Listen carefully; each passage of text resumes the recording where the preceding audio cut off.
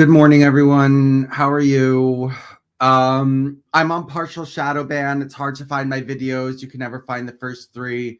If you're looking for them, go to vincentbrunoshadowban.blogspot.com. It's at the bottom of the screen and in the description box. The title of this is Jehovah's Witnesses and Judeo-Freemasonry. If you would like to learn more about Jehovah's Witnesses and Judeo-Freemasonry, go to bewiseserpents.blogspot.com. It's at the bottom of the screen and in the description box. I am looking for ex-Jehovah's Witnesses to discuss or to collaborate on exposing Jehovah's Witnesses as connected to Zionism, as well as other nefarious things. If you are an ex-Jehovah's Witness or if you're interested in this topic, excuse me, you can email me at vincent.bruno.1229@gmail.com. It's at the bottom of the screen and it's in the description box. So we have been reading The Watchtower and the Masons by Fritz Springmeier, and we are watching part 2 of Billy Crone's on Jehovah's Witnesses. So just give me a second. Oh, wait, hold on. So we're going to keep reading where we stopped off. Hold on one second.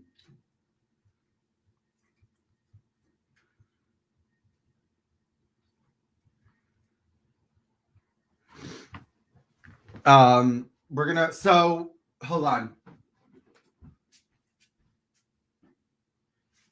We were talking about the Templars, the similarity between the Templars, or, we were talking about Templars and Jehovah's Witnesses, because Charles Taze Russell used Templar symbology. Oh. Okay. Note that in the 18th century, men who were a Gnostic B tending to substitute general illumination for that special illumination and C sympathetic to groups opposed to the Catholic Church noticed the Knights Templar stories, and men in the 19th century with similar thoughts like Charles Taze Russell also took notice of them.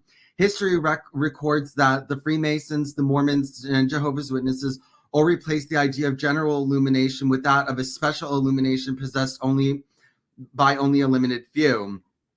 Today we have at our disposal and the benefits of better historical scholarship concerning the Crusader Knights Templar and the origins of the Masonic Knights Templar. However, during the time of C.T. Russell, the campaign to portray the Knights Templar as a grand alliance of such groups as the Mantian groups, the Cathars, the Albigensians, the Vaudois, and others had reached its peak. In 1877, the rules was published for the general public consumption. It purported to show that the original Knights Templar shared belief with the other heretical groups in the Middle Ages. In the 1890s, a new anti-clerical and romantic right in France began incorporating the Templar myths into their new theories. Likewise, Nut A, The Legend of the Holy Grail, London, 1902, advanced the view that the Templar Knights had stood up to the Catholic Church for centuries by trying to show ties between the medieval romances, which he asserted were modeled on the Knights Templar principles. There are statements by Russell that show he studied intensely all the heretical groups of the Middle Ages who resisted the Catholic Church. C.T. Russell, during his lifetime, was drawn to heresies like a bug to light. It can be safely assumed that he would have studied the Knights Templars because they were popularly known as the link between all these various heresies. Heretic. In Russell's day, there was group which claimed to be direct descendant of the Great Order. Not only did they claim to be descendants, but they claimed that knights had not only opposed the Catholic Church, but also obtained mystical and hidden knowledge. Many fictitious documents were created to substantiate this claim. This group was the Masonic Knights Templar. Historians, even Masonic ones, now concede that the Masonic Knight Templar are not directly historically linked to the ancient Crusader order. However, in Russell's day, this was still accepted by many people who did not have the knowledge to expose the fake documents that were frequently coming to light along with their pseudo-scholar creators. The Knights Templar Grand Encampment of United States is the major order of Knights Templar. It is divided into 3 degrees: the Order of the Red Cross, the Knights of Malta, the Knights Templar. The Order of the Red Cross has a red Maltese cross as its logo. The Knights of Malta has the logo displayed in the upper right of the Russell's Watchtower magazine. The Knights Templar Degrees logo is the logo that appears on the upper left of the Russell's Watchtower magazine. Russell crosses on his colored watchtowers are red. If Russell isn't quietly displaying the Masonic ties, then what is he doing with all these Masonic emblems? All three of the 3 Knights Templar Degrees logo on his watchtower cover.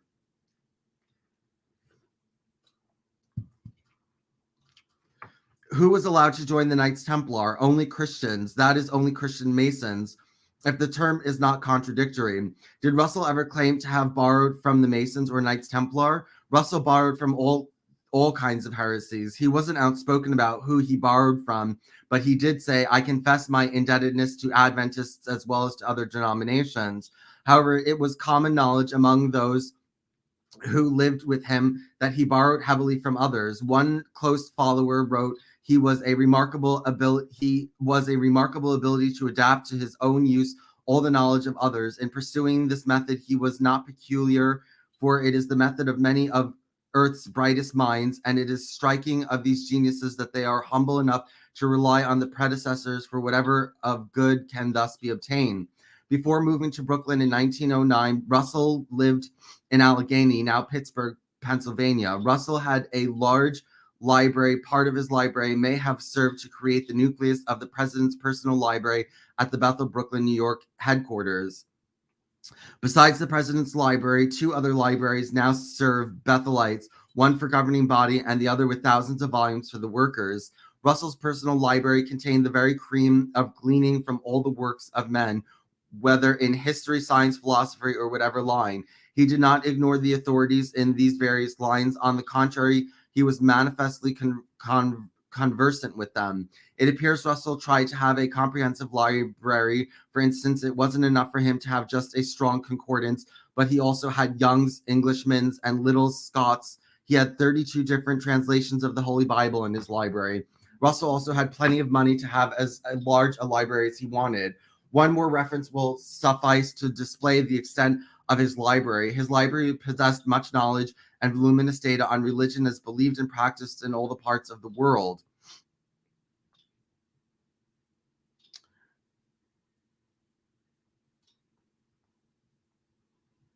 What might have Russell learned from the religious teachings of the Masonic Knights and Templars? The Knights Templar method was to use historical fancy in the service of a new idealistic symbolism. Who hasn't noticed the same symbolism in the Watchtower system?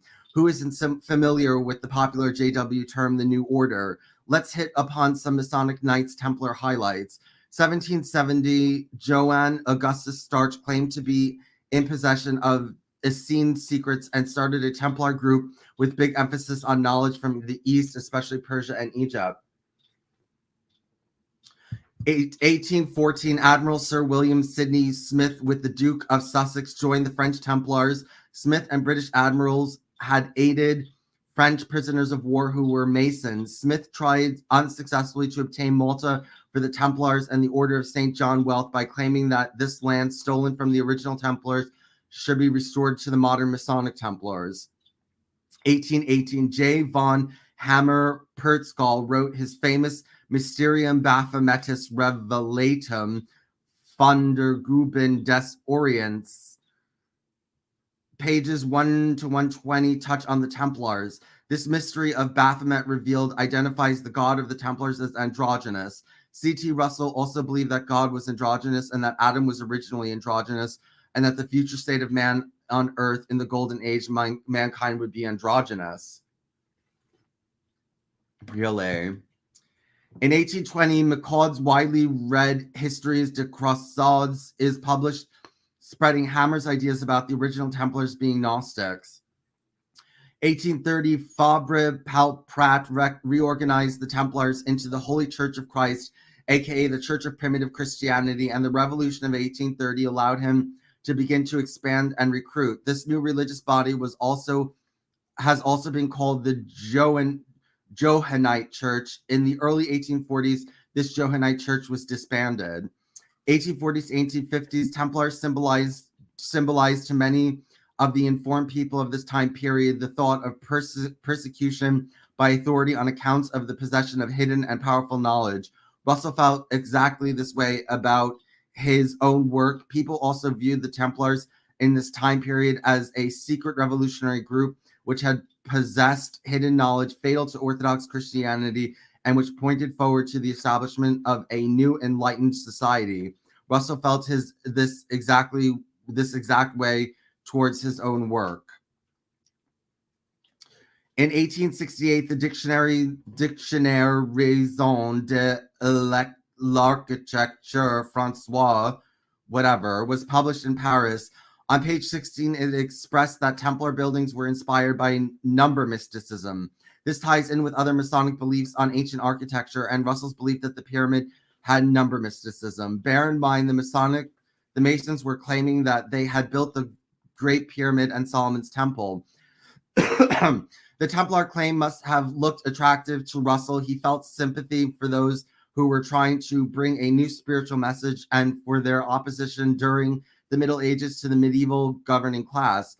He searched for such groups because it added legitimacy to his own new message, which was opposed to all the mainline denominations in one way or another. By accepting Masonic Knights Templar claims about being the reforming spirit behind the Reformation and the Enlightenment, Russell could reject Protestant claims, something Russell desired to do. In the 1880s, the Templar Saint Yves de Alivedre saw a chosen band of initiates hidden from view exercising their rule through bodies that represented the various orders of society. The spiritual counterpart of this would be Russell's idea of the 144,000 elect ruling the earth from heaven. Okay.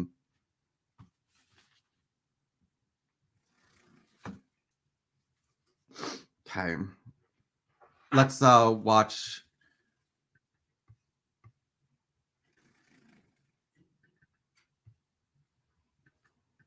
Wait.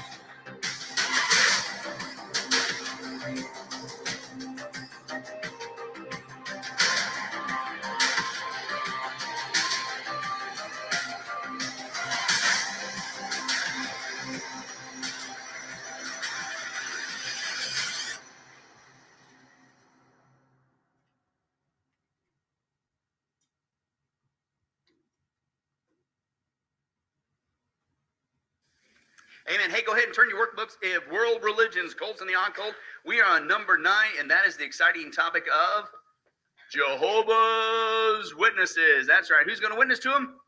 We are. That's right. We're getting equipped. That's right. Now, by way of recap, if you can turn to your page there, And we saw a review that Jehovah's Witnesses, it's not my word, it's their teaching, is classified as a cult. One of the 5 areas they always get off. Any cult, certainly Jehovah's Witnesses. We saw source of authority, nature of God, including the Trinity, the person and work of Jesus Christ, the nature man, and how in the world do you get to heaven? You don't want to get that wrong, and unfortunately they do. So that classifies them as a cult, a pseudo-Christian cult, right? They claim to be Christian like the Mormons, but they are not. And then we saw, I like this, again, a recap before we got into our information, our heart. We need to check our heart. Why are we going through this study?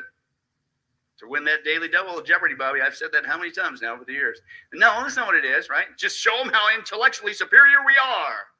No, it's to witness to them, to love them, to Jesus Christ with the truth, because God's truth sets them free. We need to check our heart. Why are we doing this? And when we share, is our heart in the right place? But do share. Okay, how many guys realize that slamming the door at somebody and just pointing fingers at them doesn't help, right? We got to speak up in love, okay? Then we took a look at the history of Jehovah's Witnesses. Again, the journey of where in the world did all this come from? And we saw that started with a guy named Charles Taze, what?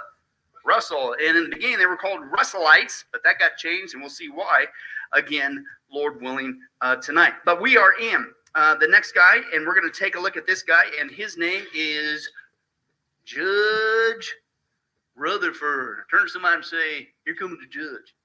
Okay, here comes the judge. Remember that? Right? But again, is he even really a judge? No, I don't think so. But that's another one of their long trail of deceits that are being perpetrated on people today. But let's take a look at history of Jehovah's Witnesses. Let's get down there into that first section there where it says the deity of Christ, the Holy Spirit, after the first blank we filled in, second blank, Trinity. It says here, when Russell was 18, he organized a Bible class in Pittsburgh, Pennsylvania. Remember that? Prophet John spoke twice last week. That was amazing, pal. He can do it again. He's always ready to go. That's right. And Pittsburgh, Pennsylvania, focusing on the second coming of Christ and biblical chronology. Now, that's horrible. No, nothing's wrong with talking about prophecy, the second coming of Jesus. What's the Bible say? Hey, you can even get a crown just for what? Longing for his appearing. Come on, we got all at least get that one, right? That's a good thing to do, right? What's the problem? Date setters. Too bad that's not going on today. Yeah, it's going on all over the place. Are you kidding me? We talked about that last time. Yeah, they're setting dates, trying to do this, false teaching. Not only that, he got into all kinds of aberrant stuff, not just with that. So you take a good thing, and that's what the enemy does, right? Takes God's truth, something that's good, he twists it, contorts it, and perverts it. That's what false teaching does, right? And let's continue on. So that's what he started out doing, right? He published his views in several books and began lecturing in 1878. 1879, Russell published the Herald of the Morning magazine. 1884, he renamed it the Watchtower, announcing Jehovah's Kingdom, and founded the Zion's Watchtower Tract Society. Now, the first tower of the Watchtower magazine was only 6,000 copies each month. Wait till you hear how big it is today. We'll probably get that far in our study. It's just blew me away, man. All right, so from 1886 until his death in 1916, he wrote a series of books called The Studies in the Scriptures. Now, that's the modern name. It started out as the Millennial Dawn series. Remember that? Okay, then they changed it to Studies in the Scriptures. And he claimed that, listen, the Bible could only be understood according to what? Underline that. Here's a sign you're following the cult leader. His interpretations, right? Especially when it came to the Pyramid of Giza. As we saw last time, he said it was the Bible written in stone. In fact, you need to look at the measurements of the Pyramid of Giza in order to understand the Bible. Okay, but that's really what we saw last time. Now, the contents of the Studies in Scriptures form the basis of Jehovah's Witnesses theology, as well as the successor. And that's what we're going to talk about tonight. Next paragraph. After the death of Russell in 1916, a lawyer named Joseph Franklin Rutherford, he took over the presidency of Jehovah's Witnesses there, the Watchtower Society, which was known then as the International Bible Students Association, also the Russellites, after guess who? Russell, you guys are on the ball. In 1931, he changed the name of the organization to Jehovah's Witnesses. That is the first part, okay, of a long series we're going to see tonight of this guy basically doing what we use in the corporate world, a hostile takeover, okay? And that's really what he did. This guy went in here and, man, took this baby over. Now, it was already messed up, already full of false teachings we saw last week, but this guy took it to a whole nother unfortunate level, and that's what we're going to see tonight. So let's take a look, and we're going to examine this guy, Joseph Franklin Rutherford, also known as Judge Rutherford, probably the most popular. I mean, he's the second president of the Watchtower Bible and Tract Society, okay, as we've been saying. And He was, you're saying, well, he's a judge, so he was, it was perfectly legal. He probably sat on a bench, and he was so incredible that they had to use him in their society to judge between right and wrong and develop their belief. Now, here's his legal background. Okay, this is again the first sign that this is the character with whom you're dealing with here. Okay, and he's the second president. We already saw the last time. The guy, remember, he floats around like a jellyfish, right, and does all that stuff, and then he believed all this erratic stuff and the Pyramid of Giza and the false dates, and that was bad enough. This guy's got some serious character issues as well. He was sometimes an official court stenographer. Well, that makes you a judge. What's a stenographer? Right, it's this little person sits there in the little machine. That's all you do. Okay, whatever. He was familiar with legal forms and procedures. He was admitted to the Boonville Bar. This is in Missouri, I believe, in 1892, although not registered at any law school accredited in Missouri. Now, in that state, they had a deal, and this is where he's stretching it just a little bit, which is the fancy word way of saying he lied, right? And to this day, the Jehovah's Witnesses are lying, right? But there was, in the state, a presiding judge, when they were absent, the bar would pick somebody to fill as a substitute judge, okay? And that was common practice. Didn't make you a judge, just somebody had to fill in for the guy. Now, this occurred 4 times in Mr. so-called Judge Rutherford's occasion there, and presided only over minor trials, and this is the whole basis of him being a judge, okay, by and large. In fact, he never, ever served as a circuit judge in Cooper County. This is in Missouri, and he actually had run for the office of circuit judge of Cooper County in 1900 and was easily defeated, okay, in the primary. And he also ran for the state representative, but he had also been easily defeated in that as well. Why? Because Cooper County, the folks in Missouri, the place where he lived with, they knew what kind of a guy this guy was, okay? He should have been, as one guy said, called Shady Rutherford, okay? And it's a family history. Remember we saw with the Mormons, right? You go back and peel back the history. Joseph Smith was not only involved in witchcraft, what was going on with his family? His whole family was into it.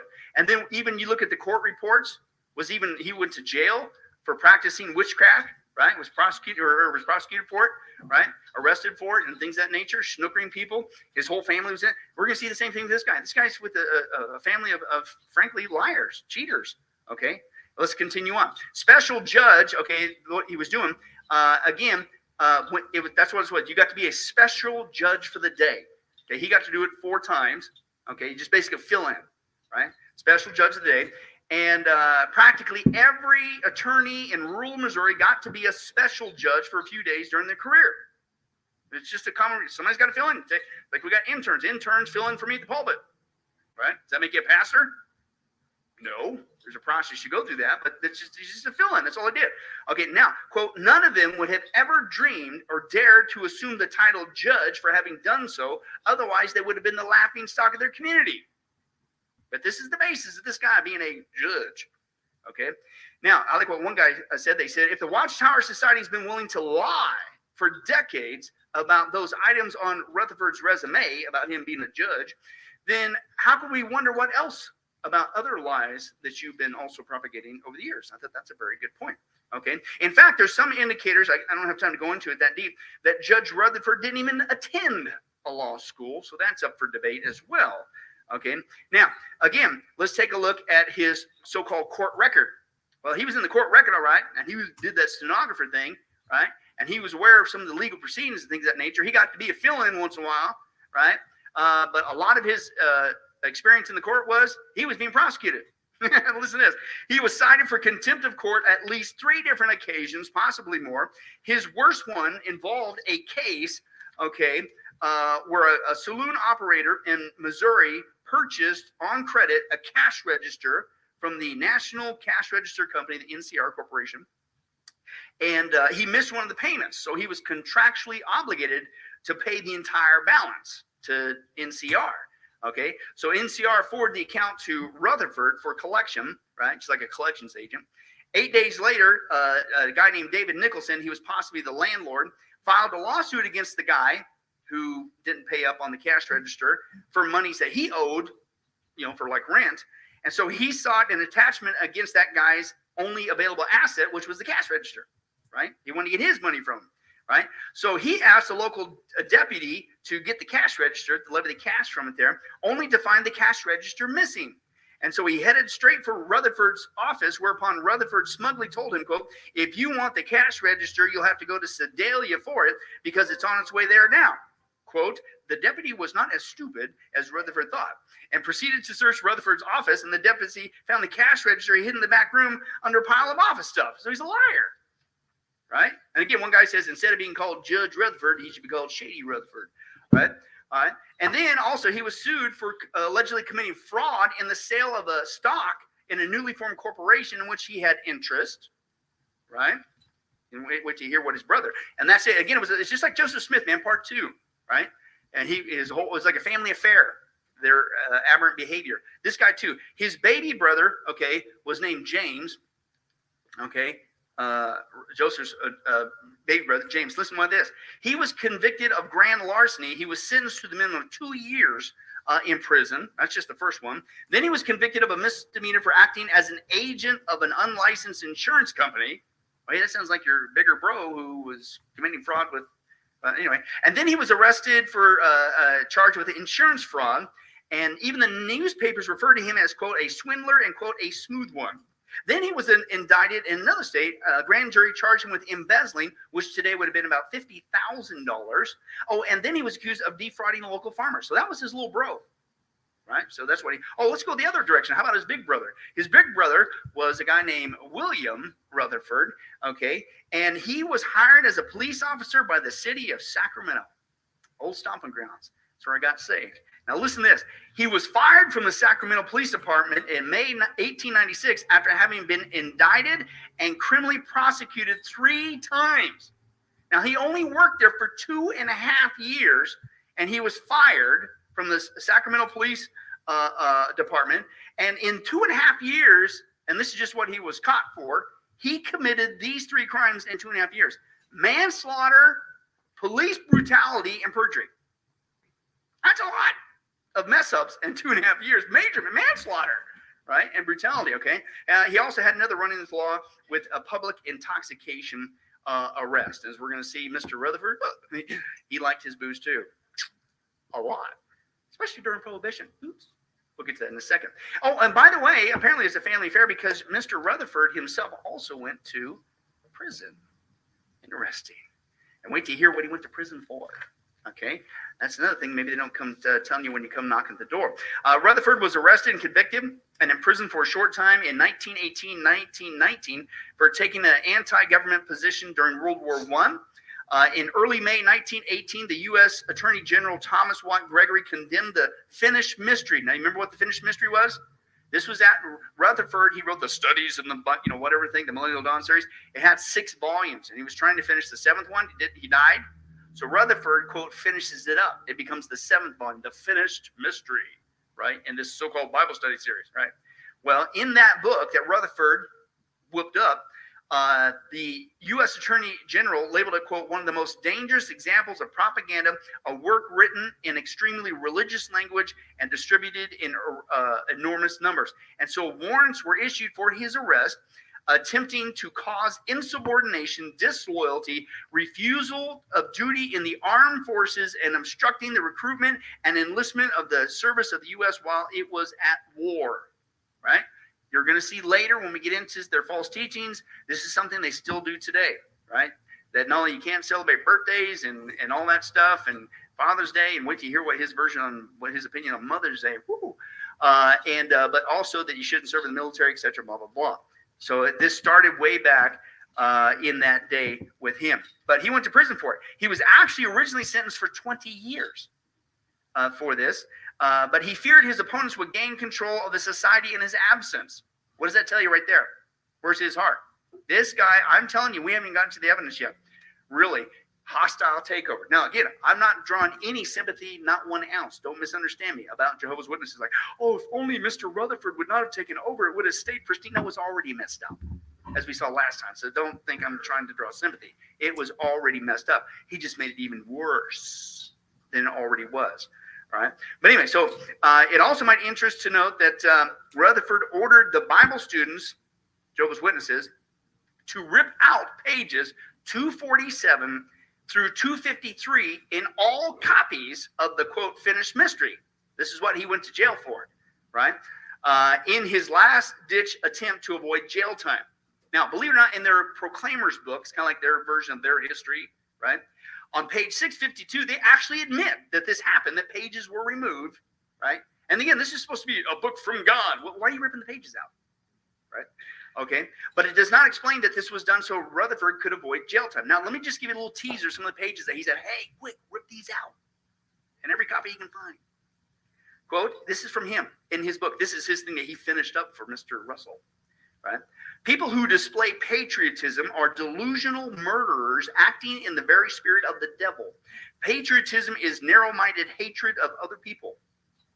Second example, and there's a ton of them, I'll give you three. The first expenditure of the United States government in the World War I was $7 billion, which is 27% in excess of the value of all the crops harvested in the U.S. Well, yeah, you got to spend money if you're going to defend your country. Hello. We need to be growing food instead. Right? Listen to this. This gets even worse. He said, quote, in this finished mystery, the Germans denounced war, with the exception of the present conflict in England. So it's like, what, are you siding with the Germans? Wait till you get to that, right? The fact that Rutherford did not stand firmly behind these statements in his finished mystery, okay, and then ordered them to be removed in a cowardly attempt to avoid prison, quote, says a lot about his character as a con artist, okay? Then in March 1919, he was released on bail, and May 20th, the government dropped the charges, but he continued to preach loud and often against the political systems. Now, in fact, he was also wanted and being monitored for years by guess who? The FBI and Mr. Hoover, J. Edgar Hoover, right? In a memorandum, and this continued on, right? So that was in the World War I. They were also keeping an eye on him during World War II, especially with his ties with the, I'll tell you this at the door, Nazis. What? Yeah, new information tonight, right? Watch this, all right? The director of the Federal Bureau of Investigation strongly suggested that Joseph F. Rutherford, then president of the Watchtower Society, be closely monitored and potentially arrested. J. Edgar Hoover was aware of Rutherford's political positions during the late 30s and in the 1940s. Hoover's memo makes it clear that Judge Rutherford had been monitored for some time by the United States government. Quote, it was likely, you say, well, why? Why would they monitor this guy? Well, not just the past behavior, but listen, it was likely that Rutherford's praise of Adolf Hitler and the leaders of other fascist countries during the late 30s created some red flags for the FBI and the government. No kidding. And you think, Arnie, come on. This guy did not have praise for Adolf Hitler. Yeah, because guess what this guy was, Mr. Rutherford? He was anti-Jew. And I'm going to read to you his documents proving that, and his letter to Hitler. Watch this. Watchtower, the society today, criticizes other religious groups for colluding with Hitler. Well, you might want to take a look at your second president, right? What is not admitted is that Rutherford initially praised Hitler for his stance against the Jews and the Anglo-American Empire.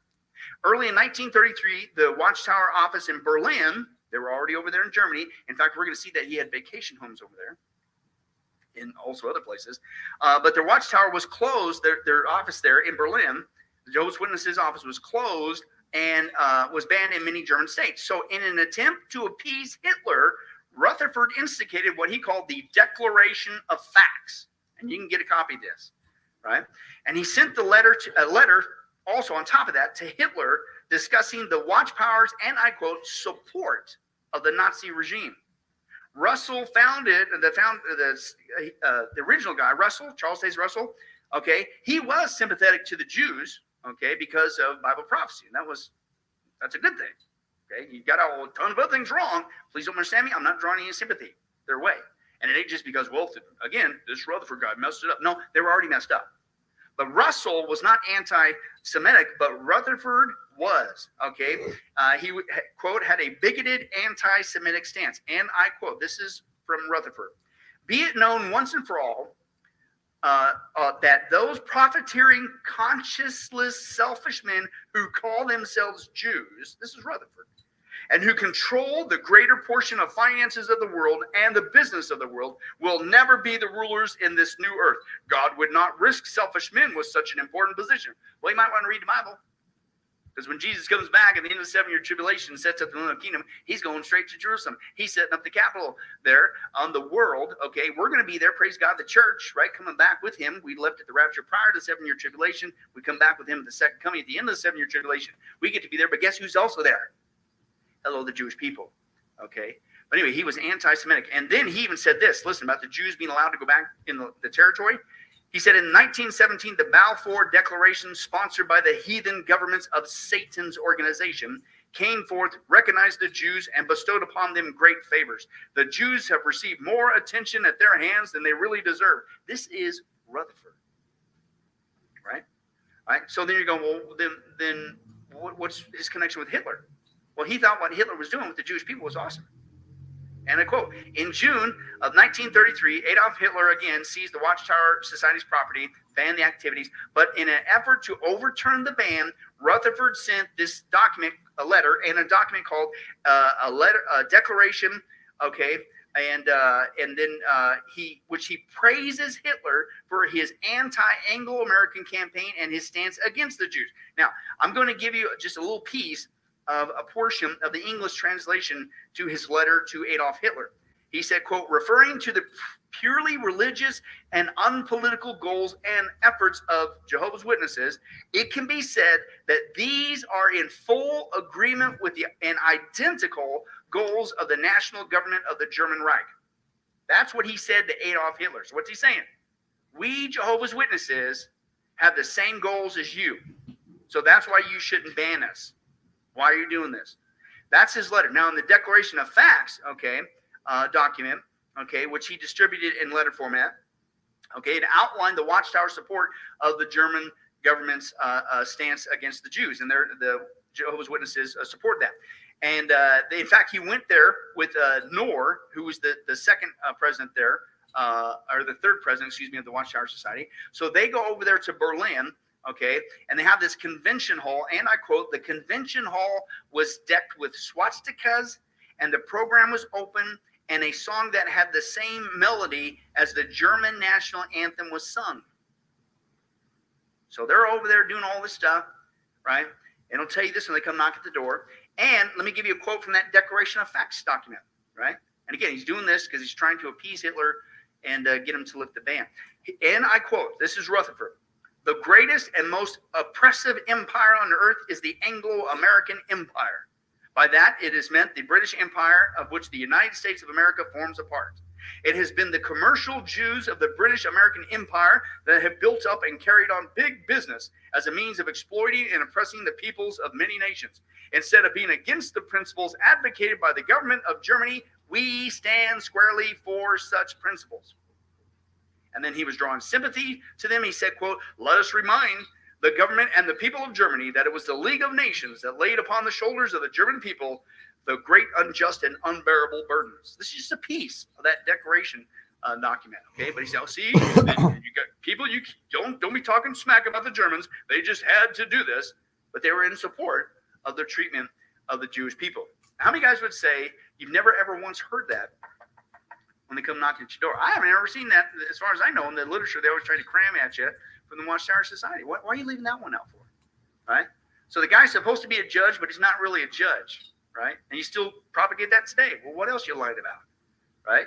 And then this guy was his whole family was incarcerated and con artists. He went to court several times for his behavior, right? Himself, right? And then you got this hostile takeover. And then you're chumming up with Hitler, thinking he's a great guy, slamming on the U.S. You go to prison here in the U.S. What kind of guy is this? Right? And we can get started. And we're just the tip of the iceberg. Here's some more of his character. Rutherford also encouraged and directed the smuggling of alcohol into his Brooklyn headquarters during the Prohibition era.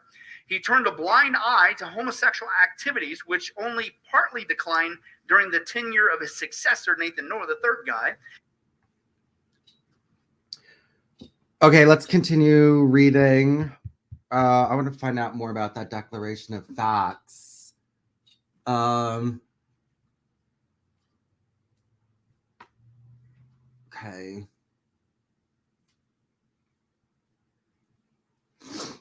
Okay. The Masonic Templars had a passion for Gothic castles because of their notion of chivalry and knighthood. They viewed themselves as knights and as princes. One Mason described themselves as princes who wished to enlighten, edify, and build up the living temples of the Most High. Russell certainly liked castles. He called himself and his followers princes building a spiritual temple. Question: is it possible that Russell used the Knights Templar and other Crusader logo because he himself was a Crusader? No, Russell never held a positive view of the Catholic Church crusade. His opinion was, from our present day standpoint and clear perception of things, people generally style the Crusades an outbreak of foolishness, wasted effort, manifest ignorance, and bigotry. But perhaps Christians today have something equally foolish and irrational. Russell goes on to compare the foolishness of the Crusades to the foolishness of the pre-World War I military buildup. But what are the differences between Templar groups? In early Masonic history, many Knights Templar groups came and went. The commentary of the Knights Templar, which is the top degree of York Rite, called by some Masons the Christian Rite, is the principal group. Of various small Templar fraternities, the Templars of Liberty, founded in New Jersey in 1881, seems more in line with Russell's tastes. The society had three emphases: anti-Catholicism, benevolence, and patriotism.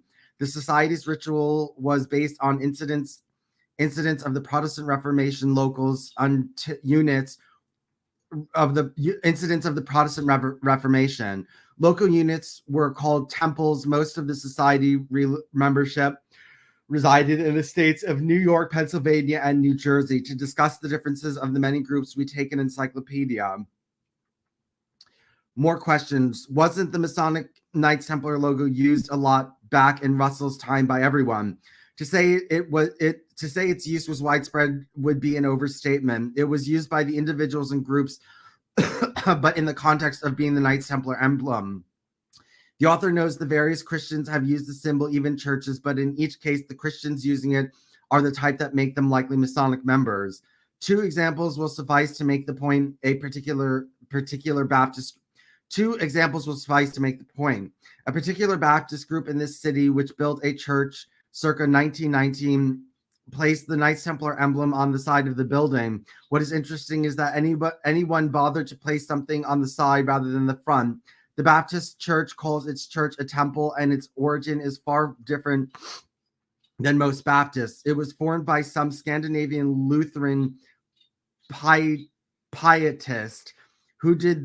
How did they view Freemasonry? In the early 1900s, a number of Portland Baptist ministers became Masons.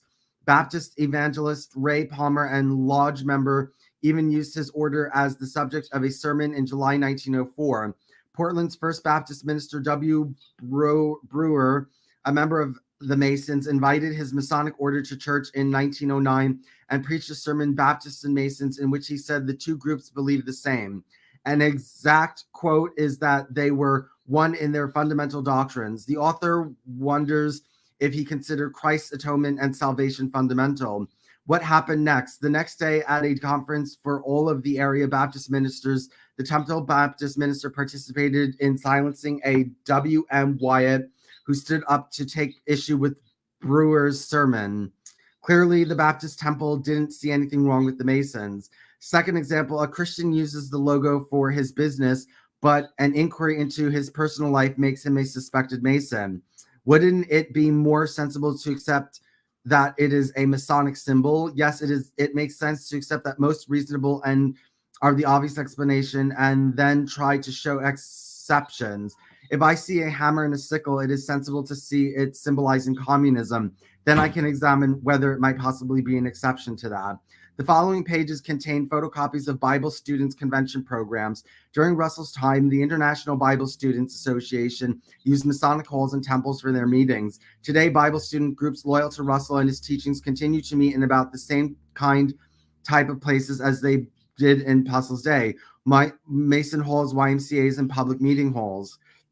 The frequent use by Russell's IBSA during the early 20th century of YMCA is noteworthy. It may provide a clue as to how Russell could have been recruited by the Freemasons. Active Presbyterian John Wanamaker was the national president of the YMCA, like C.T. Russell in Allegheny. John Wanamaker also ran a successful men's clothing store in Philadelphia.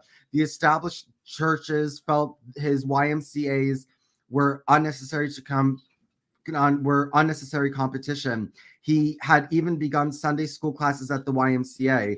Wanamaker was made a Mason in March 1898 and a Knights Templar in June 1902 and a Knight of the Rose Croix, the Scottish Rite derivation of Rosicrucians, in December 1912.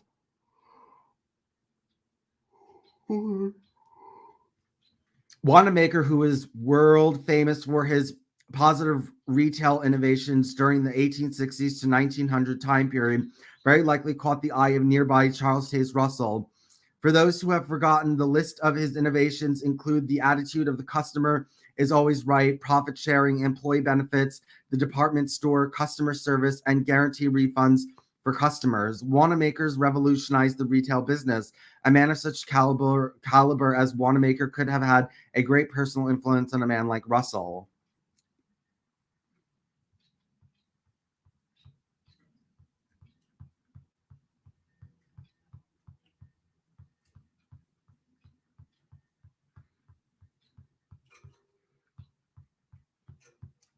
Okay, hold on. There's just a bunch of pages here with examples of... Okay, let's stop. The Bible students today adhere to things as they were done in Russell's day. Even the convention programs of today usually follow the format as the 1918 Portland Convention. Okay, so we're on page 115. So let's continue.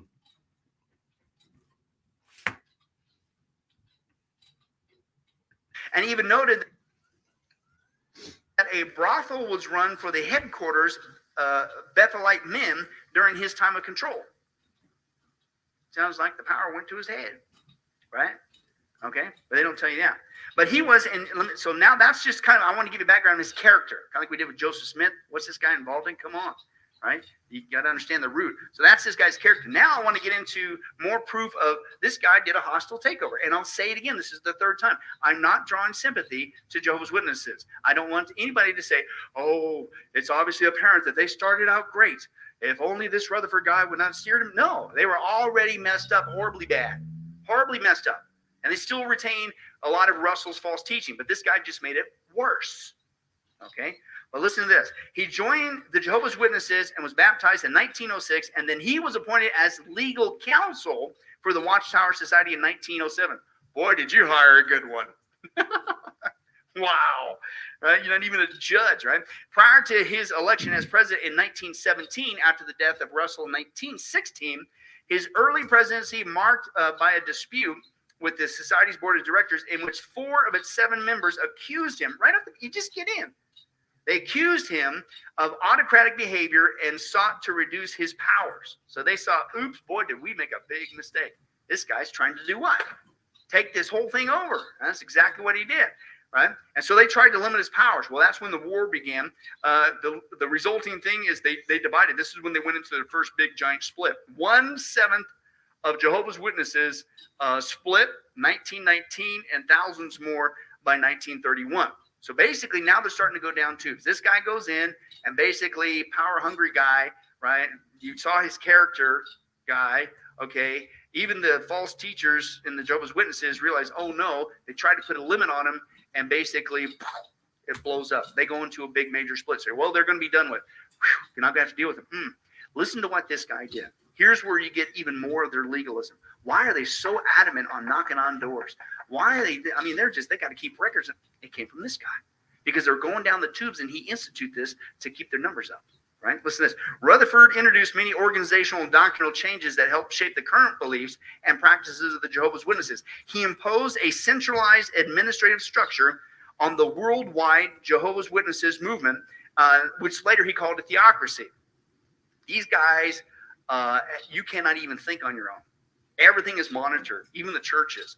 Right? They have total control. He set this system up.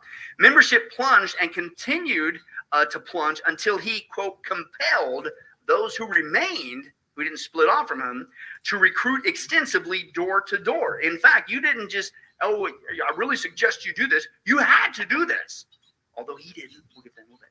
Okay. And you even had to provide regular reports of this activity. So this is a lot of their big things. This basically what saved them from going down into oblivion. This guy said, you have to do this, and we want those reports. And it got intertwined into their legalistic system. He established 1914 of the date of Christ's invisible return. That was different from Russell. And again, part of his behavior with doing this, tweaking the doctrine and stuff, is why a lot of them split. Okay, it wasn't the only reason, but a lot of that. Okay, now the other guy was wrong too anyway, right? And this guy's wrong too. Anytime he said a date, everybody's going to be wrong. Okay, but that's part of the reason. He also asserted that Christ died on a tree rather than a cross.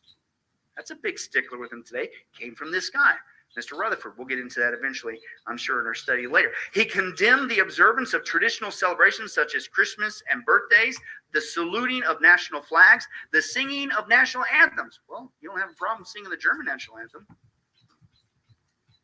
and chumming up with Hitler. That's kind of weird. You know what they call that in the South, Tom? Hypocrite is what's going on there. Let's move on. I'm sure it's the same in Missouri too. Let's move on. He introduced the name Jehovah's Witnesses in 1931. Why? Because he's the guy, right? They were Bible Association students or whatever, but they were really going around with the verbiage Russellites. Well, you can't have that because he's the man, right? So he changed it to Jehovah's Witnesses 1931 and introduced the term Kingdom Hall for their so-called houses of worship in 1935. He wrote 21 books and was credited by the society with the distribution of almost 400 million books and booklets. Despite the decreases when they went through that split, overall membership increased more than sixfold by the end of his 25 years as the president. Why? Because what did he do? Introduce legalism. You got to get out there and knock on doors and repeat and that. And I want a catalog and I want it written down. And what a horrible system. All because this guy caused this split. It was already messed up anyway, right? And then in order to stave off oblivion, you introduce that, right?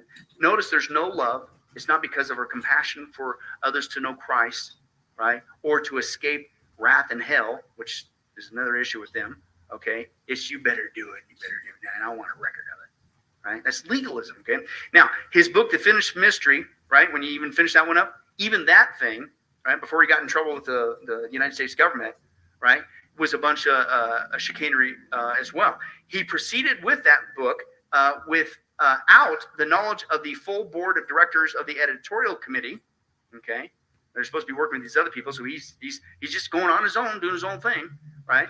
And not only that, it was released by Rutherford the day he announced the appointment of 4 replacement directors. You guys are gone. Here's 4 new guys. Here's a new book. I'm telling you, everything you look at this guy, these are the words that keep coming to me. Hostile takeover. Okay? It was already messed up, but he just made it worse. The book, which was misleading, labeled as the posthumous 7th volume of Charles Taze Russell's 7th volume of the Studies in Scriptures, it was actually denounced by Rutherford's opponents.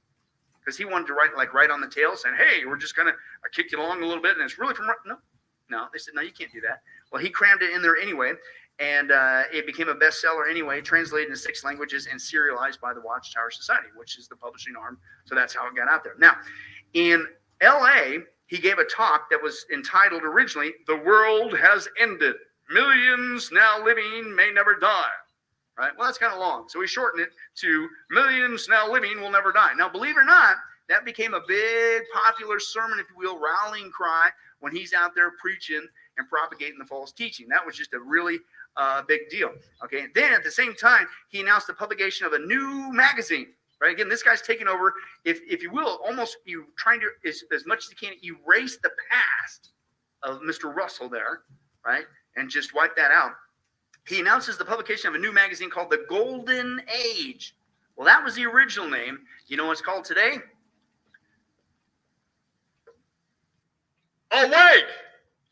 I had an exclamation point, so I had to do that. Okay, so and now that you're awake, we'll continue on with that.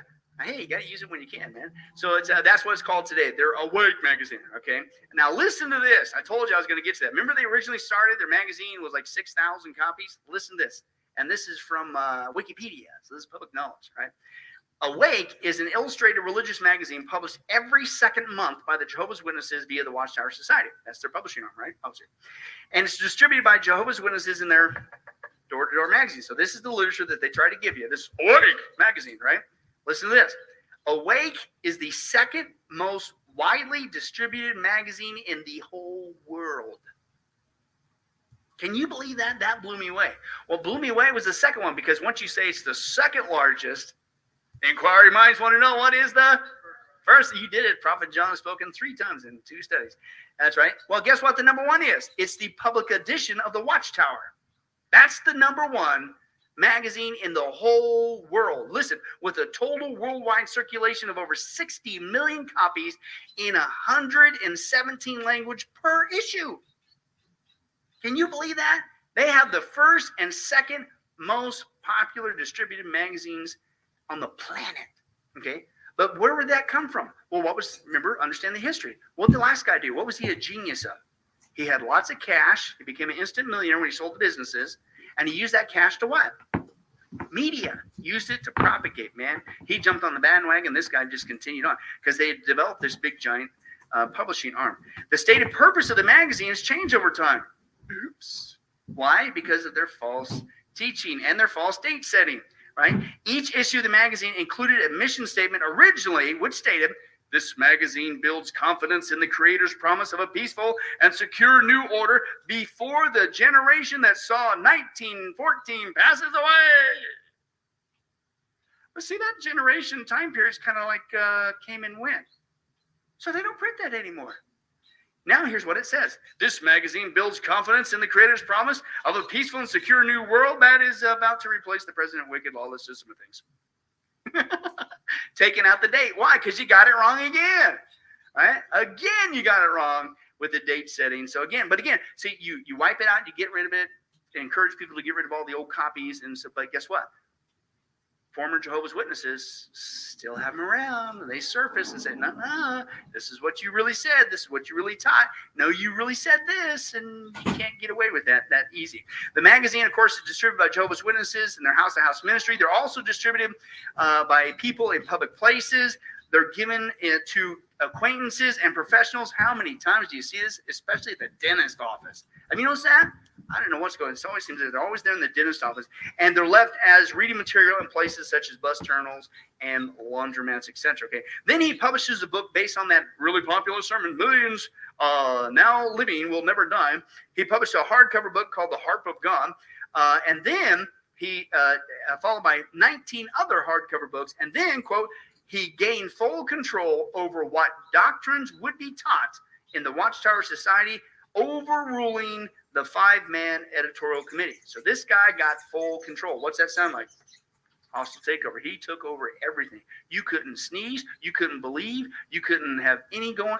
This guy became the head cheese over everything, micromanaged it all. The Watchtower Society also then ceased printing Russell's studies in the scriptures. So now another step in trying to get rid of the previous guy. It was already messed up. Still messed up to this day.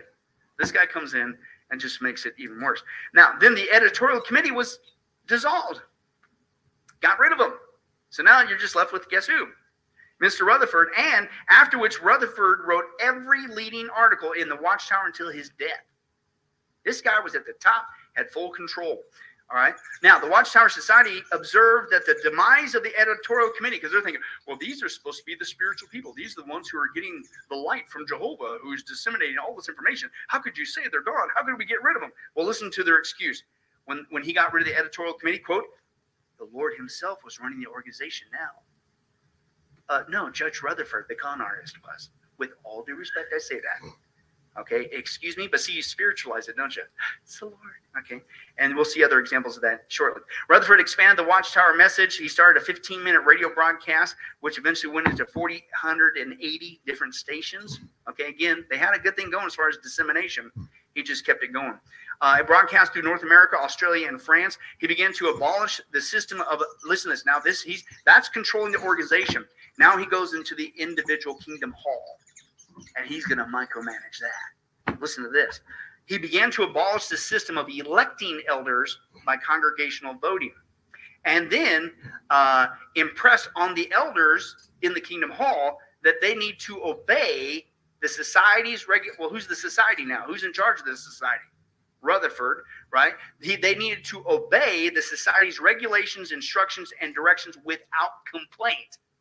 So now you're just a robot. You're just a puppet, right? from this guy. And that's the individual, down to the individual. This guy had control. He also claimed that after abolishing the elective elders, right, because apparently that statement that the Lord himself was running the society now, it wasn't good enough. So you know what he did? He actually ripped out a verse in the Bible and made it up. Listen to this. He said it was a fulfillment of getting rid of that committee was the fulfillment of prophecy of the 2,300 days of Daniel chapter 8, and that God's sanctuary mentioned there, which is really the Watchtower Society supposedly, was therefore cleansed. What? Okay, whatever. So he just made it up, ripped a verse out of, and since they're big on prophecy, right? He said, well, this is a fulfillment prophecy. I had to do this. I had to get rid of these guys because it's a cleansing of the temple. Are you whatever? So, and people fell for it. So they, those who opposed them, because not everybody's going to buy into this, obviously, and they didn't. But those who opposed or abandoned Rutherford to form new groups, because a bunch of splinter groups, were increasingly described as the quote evil servant class in the Watchtower. So anybody who dared disagree, anybody who complained, anybody who didn't buy in this stuff, he used the same propaganda tool to say those people evil. In fact, it leads to a practice, still practice today, which we'll probably have a whole study on, that they do, and it's called disfellowshipping. Okay, you are toast, you are out. And I've still got good friends to this day who've gotten saved out of Jehovah's Witnesses, and still to this day, family, friends, children, grandchildren, nobody is allowed to say hi, boo, nothing. Even when somebody dies, there is no contact. Right? Now, where do you think that came from? Mr. Apparently insecurity. He just like takes over the whole thing. You disagree, man. You're what? You're an evil servant class. We're gonna disfellowship you. Nobody can ever talk to you. What is, folks? You know what that is? All in big words. That's a cold. Give me a break. All right. Now, also, listen to this. Zone servants, also known as circuit overseers, were appointed to supervise the congregations. Just in case those elders who were said, you got to do everything we say without complaint, you got people out there monitoring you. What? And then in my notes, what is this? The Nazi regime? Doesn't it sound like it? Chumming up with Hitler and what you institute in the Jehovah's Witnesses. It's crazy.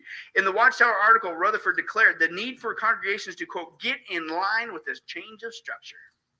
Right? And if you didn't, you're an evil servant. Right? All right. Then listen to this. Okay, let's go back to some of his character. In books and magazine articles, he began to expose his views on the, quote, proper place of women. Ooh, they probably don't say this coming at the door either. He claimed, listen, the custom of men tipping their hats to women or standing when a woman is approached was a scheme of the devil to turn men from God and indicated an effeminate streak in men who practiced the custom. What? Oh, that's nothing. Listen to this. And he said that Mother's Day was similarly described as part of a plan to turn people away from God. Yeah, he was popular with the ladies. You think? Probably not. Okay. But anyway, so it goes on that. Then in 1938, he urged adherents to delay marriage and childbearing until Armageddon. Still going on today. You know what? One is a big thing that's frowned on. Right? Marriage, certainly, but also especially childbearing. A guy I worked with was his son, and it broke his heart. He wanted some grandkids. His son and daughter-in-law got snookered by Jehovah's Witnesses, and they refused to have kids. How can we bring kids into this world? Armageddon's right around the corner. Oh. Came from this guy. Came from this sexist guy. Dare I say it? Not only anti-Semite, but anti-woman guy. It's just crazy, right? But they still... Okay, let's finish the reading and then we'll finish this. So number 7, Russell and the Winged Sun Disk. Russell places the Winged Sun Disk on his books and tracts. In 1910, Russell made his second trip to the Egyptian pyramids. When he returned, he wrote an article in the Watchtower magazine about how the pyramid was God's hidden message.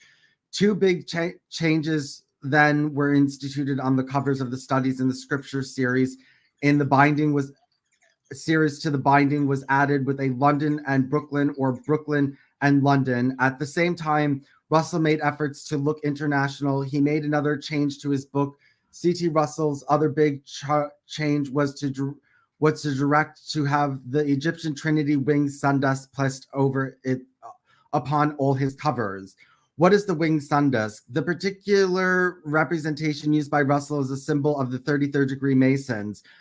There are many ways to draw or represent the winged sun disk. Although the 33rd degree Masons use this particular representation, the actual sign of the symbol go back to ancient Egyptian magic. This chapter will cover A, the Masonic use of the symbol, B, how the symbol was variously drawn and how it was used in ancient Egypt, and C, what type of styles of representation were available for Russell to copy from in his day. D, how an obscure Old Testament passage alluded to his Egyptian symbol. Okay. Russell's book on Christ's return uses it. Masonic use of the symbol. The winged sun disk, as Russell used it, is in the form that a Masonic lexicon portrays it. Also, Albert Churchward, 30 degree Freemason, also portrays the symbol of his book, Sign and Symbols of Primordial Man, the evolution of religious doctrine from an eschatology to ancient Egyptians. Churchward, a 30 degree Mason, states that the winged sun disk is used by 33rd degree Masons and that they alone know its meaning. What is the 33rd degree? This is the highest level known to the publics in Freemasonry. There are both honorary 33rd degree and actual operative 33rd degree. Notable persons such as presidents and famous clergymen are initiated into the honorary 33rd degree. The Freemasons like prominent people to join and then to give them these people's status. It enhances the reputation of the Masons. According to one ex-33rd degree Mason, the author interviewed, Russell would have been a prime target of recruitment. Another ex-33rd degree, Jim Shaw, provides a description of his 33rd degree initiation rites, where he met 2 presidents and a prominent evangelist and 2 internationally famous clergymen. The winged sun disk derives its meaning from ancient Egypt. The actual Masonic god worshipped at the highest level is the sun god, known in various cultures by different names. As stated, this ancient Trinity symbol, which stands for Osiris, the sun god, Horus, and Isis, is used by the 33rd degree Masons. It is also supposedly still in use by those who practice Egyptian magic as a religion. The author has never seen anyone who does. However, some Masonic rituals are based on Egyptian magic. In Practical Egyptian Magic, under Symbols and Instruments, page 107, the following description is given. Emblematic of the element of air, this consists of circles or solar types discs enclosed by a pair of wings. In ritual magic, it is suspended over the altar in an easterly direction and used when invoking the protection and cooperation of the sylphs. Russell and the winged sun disk. The author, in an interview with an active 32nd degree Mason, flashed Russell's watchtower cover, and the Masons immediately recognized the Masonic Knights Templar logo. Next, Russell's studies in the scriptures winged sun disk was revealed to the Mason. He immediately recognized what the symbol was and declared, "That's the sun disk Ra," the author said. "It's a Masonic symbol," to which he replied, "No, it's not a Masonic symbol. How did you know what it was?" "No, it's not. How did you know what it was?" Silence, no answer. He had been exposed to the symbol meaning, but whether he knew its Masonic significance and would not say, or if he hadn't used it because it is a 33rd degree symbol, the author doesn't know. According to their oath, they are not to reveal such meanings. How the symbol was drawn and used in ancient Egypt.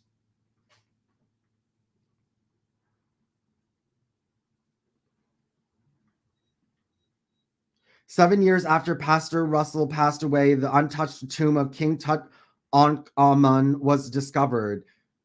One of the most spectacular exhibits ever displayed was the King of Tut artifacts. King Tut, a minor boy pharaoh, gives an idea of splendor that the other pharaohs must have received in their burial.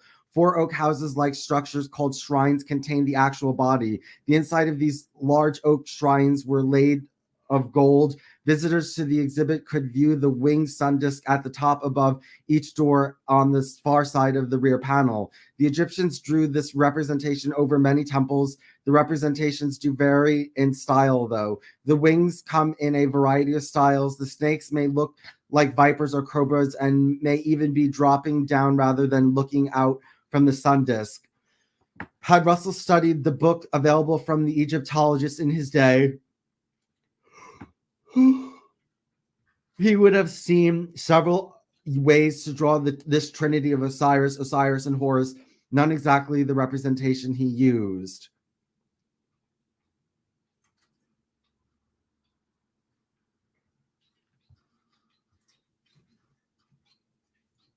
Hold on.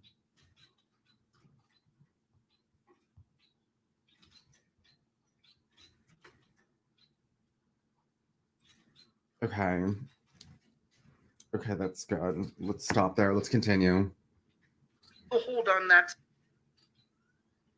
today. Children are bad. Don't have kids because aren't good. Wow.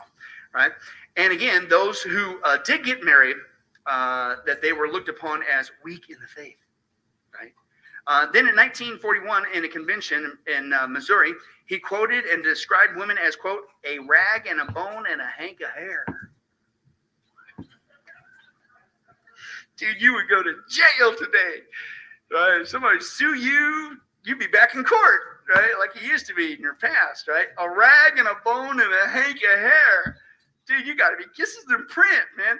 Now, former Jehovah's Witnesses claim that there was also, remember he said, get out there, you got to get knocking on those doors, we got to, get out there, and I want to report, and blah, blah, blah, and I quote, former Jehovah's Witnesses claim there was no evidence that Rutherford engaged in door-to-door, despite his assertion that it was a requirement and a sacred duty of all witnesses.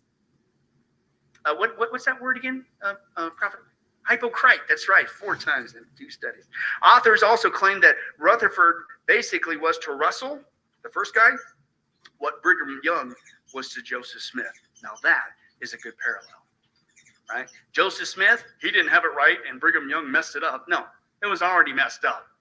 Really bad messed up. And Brigham Young just made it even worse. Same analogy going here. Charles Hayes Russell, totally messed up. Bad, false teaching all the way around. Rutherford comes in with a hostile takeover, makes it even worse. And it's going to get even worse in a little bit because we haven't got to them. Then they're going to, after this guy, latch onto the Bible and create a new Bible. So it's going to get even worse, even post this guy. We'll get into that later, right? But let's continue on. Rutherford married. Well, wait a second. You married. What are you doing? Weak in the faith? Weak in the faith? Right? He married this lady, Mary Malcolm Fetzer in Missouri. Their only child was a kid named Malcolm. And the couple separated after Joseph became president of the Watchtower Society. Well, maybe you called her a rag and a bone and a hank of hair. I mean, can you believe this? It's crazy. Another author, though, there's an author tried to sympathize with this guy. Listen to this. I got to expose this. He describes so-called Judge Rutherford, who was not a judge, as a charitable and generous. And says his sympathy for the poor and the oppressed was exceeded only by his hatred for the rich and the oppressors. Are you kidding me? Watch what this guy did. And not only watch what he did in the height of the Depression. Oh, you really care about poor people and you can't stand those rich oppressors? He built a giant palatial mansion in San Diego called Beth Serene, okay, which means house of princes, right?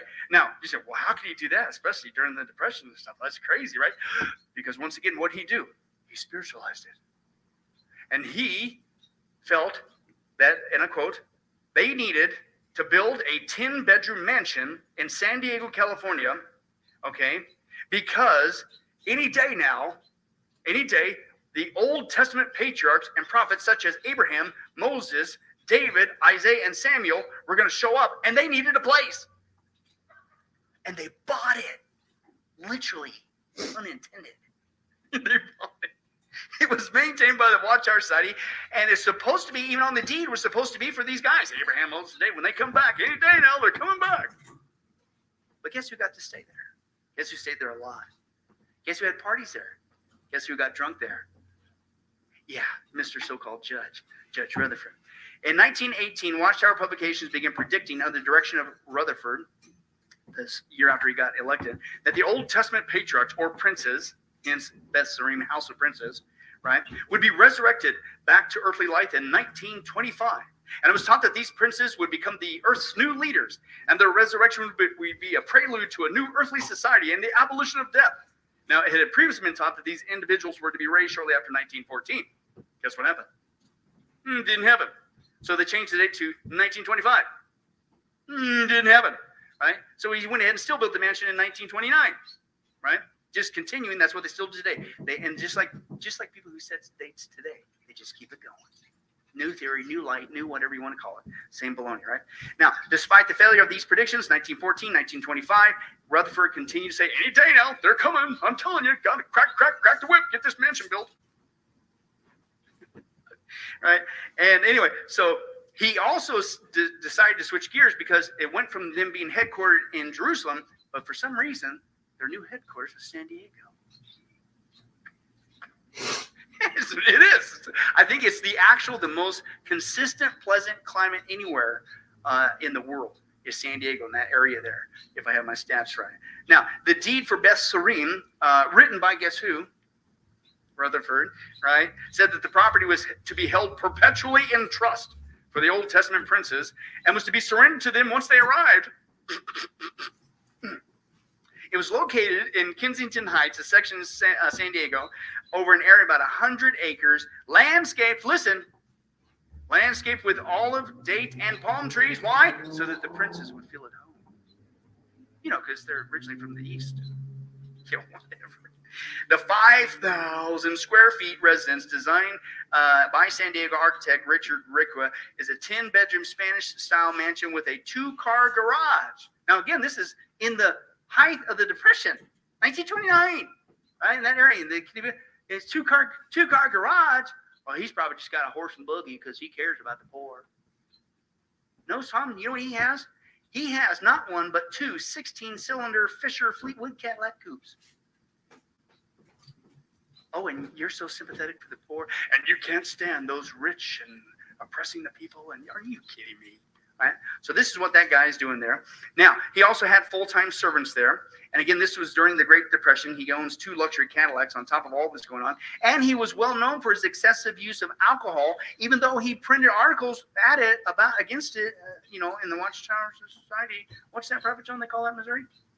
Hypocrite, that's right, 3 times in a row. Walter Salter, the Society's Jehovah's Witnesses former branch manager in Canada, wrote a public letter to Rutherford in 1937, the month he was expelled from the group. I wonder why they expelled him. Because he exposed that Rutherford was living a, quote, luxurious and expensive life, not just in San Diego at this mansion for the princes, but also had another one in Brooklyn, Staten Island, and in Germany. Oh, in case you want to go there and chum up with Hitler or something, apparently. And he alleged that on more than one occasion, he, Mr. Walter Salter, had purchased for Rutherford cases of whiskey, brandy, beer, and other liquors. And this was a guy who liked to go from drink to drink. It was a sauce all day long. From this guy from Canada. And we said, well, that's why it's important from Canada. Because during the Prohibition, if you notice that, where did liquor keep coming in?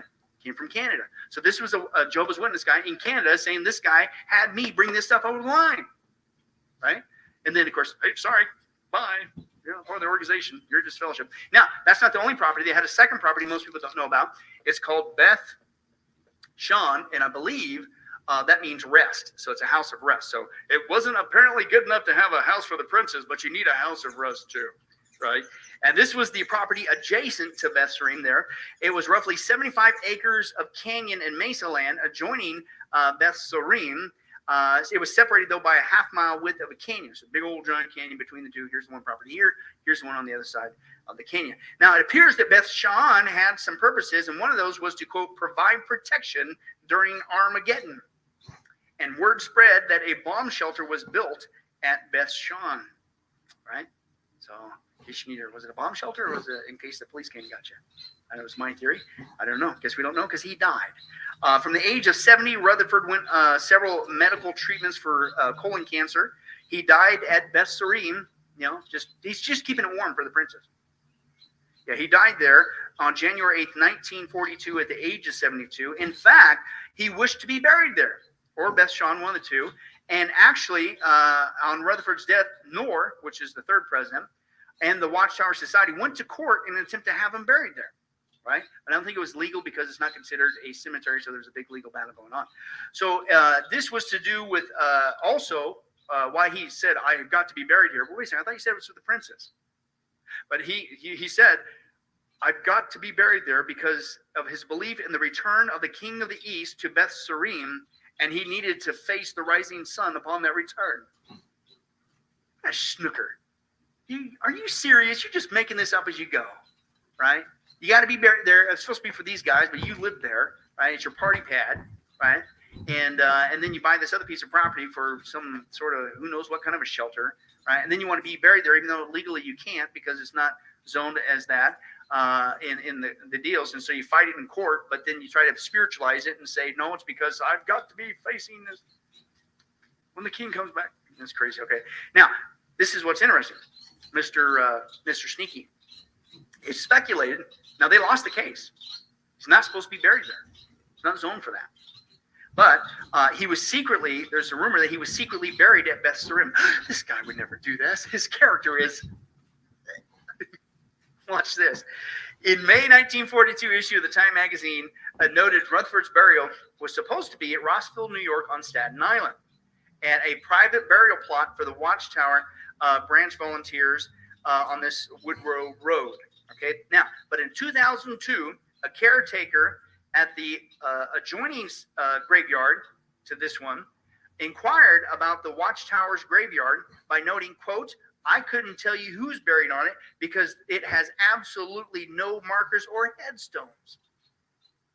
So in their so-called cemetery in that area that's supposed to have Rutherford and who knows who else, there's nothing there.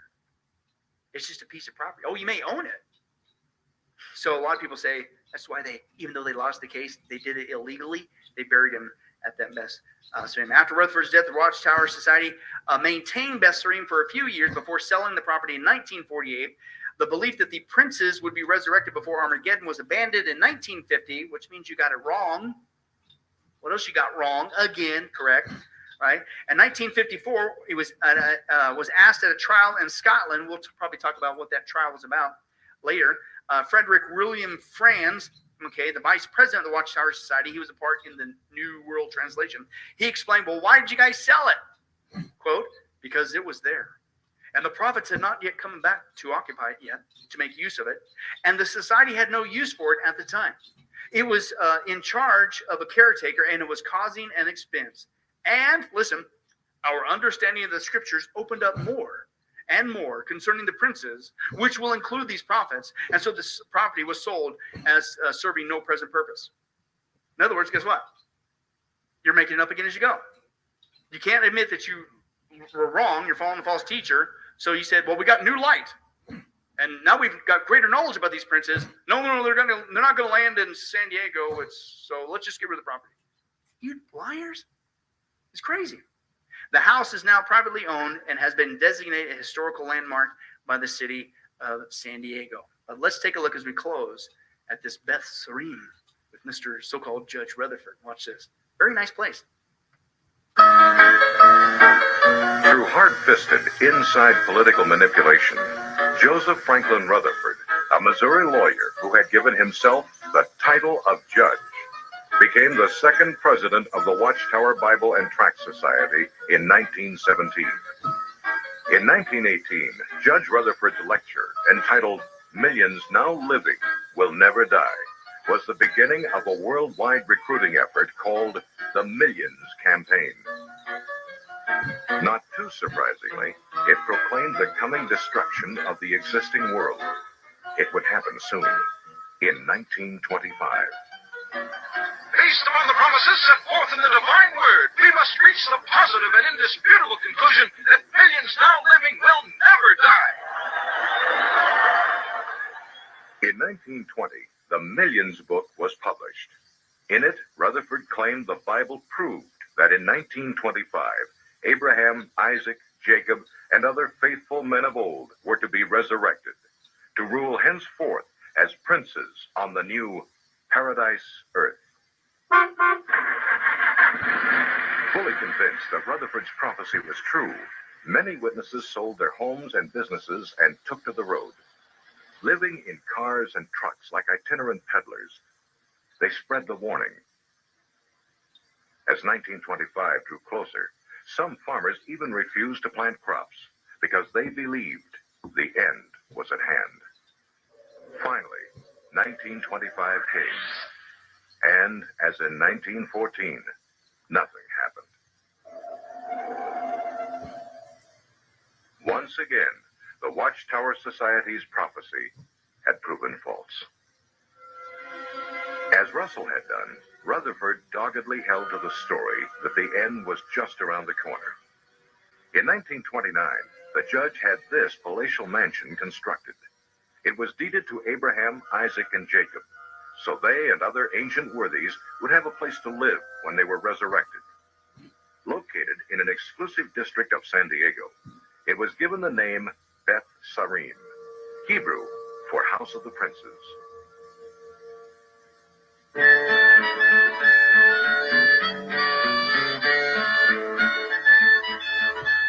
The world entered the Great Depression, but Rutherford lived like a millionaire, spending the winter months at Beth Sarim, summering in Europe.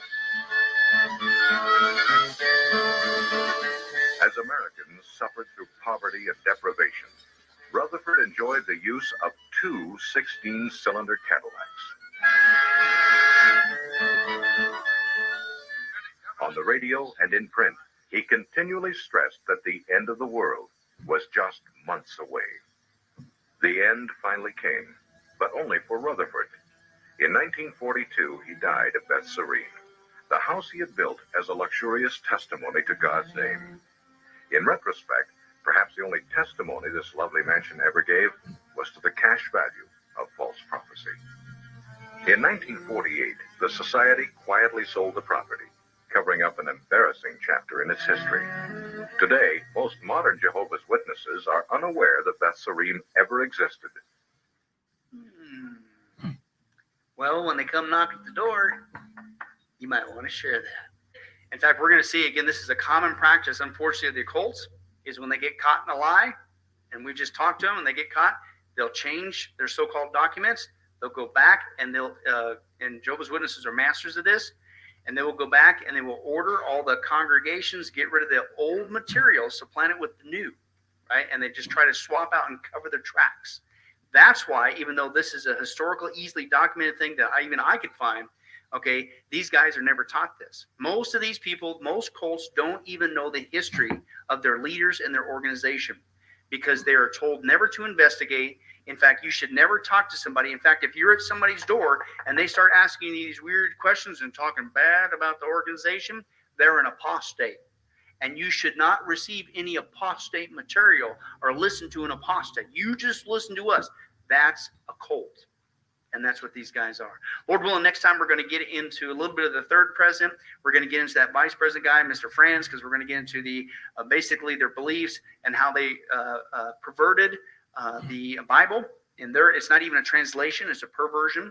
They literally hacked and spliced it and chopped it, and still to this day are doing it to cater their false teachings. Also, we're going to probably take a little bit of time and deal with some interesting symbolism going on. You know, one thing that you'll find with a lot of symbolism with the founders and the icons of Jehovah's Witnesses, just like with Mormons, Freemasonry. Interesting. Bleeds into that as well. We'll probably get into that a little bit next time. Let's pray. Well, hi, this is Pastor Billy Crone of Sunrise. Okay, that's it for today. Talk to you later. Bye.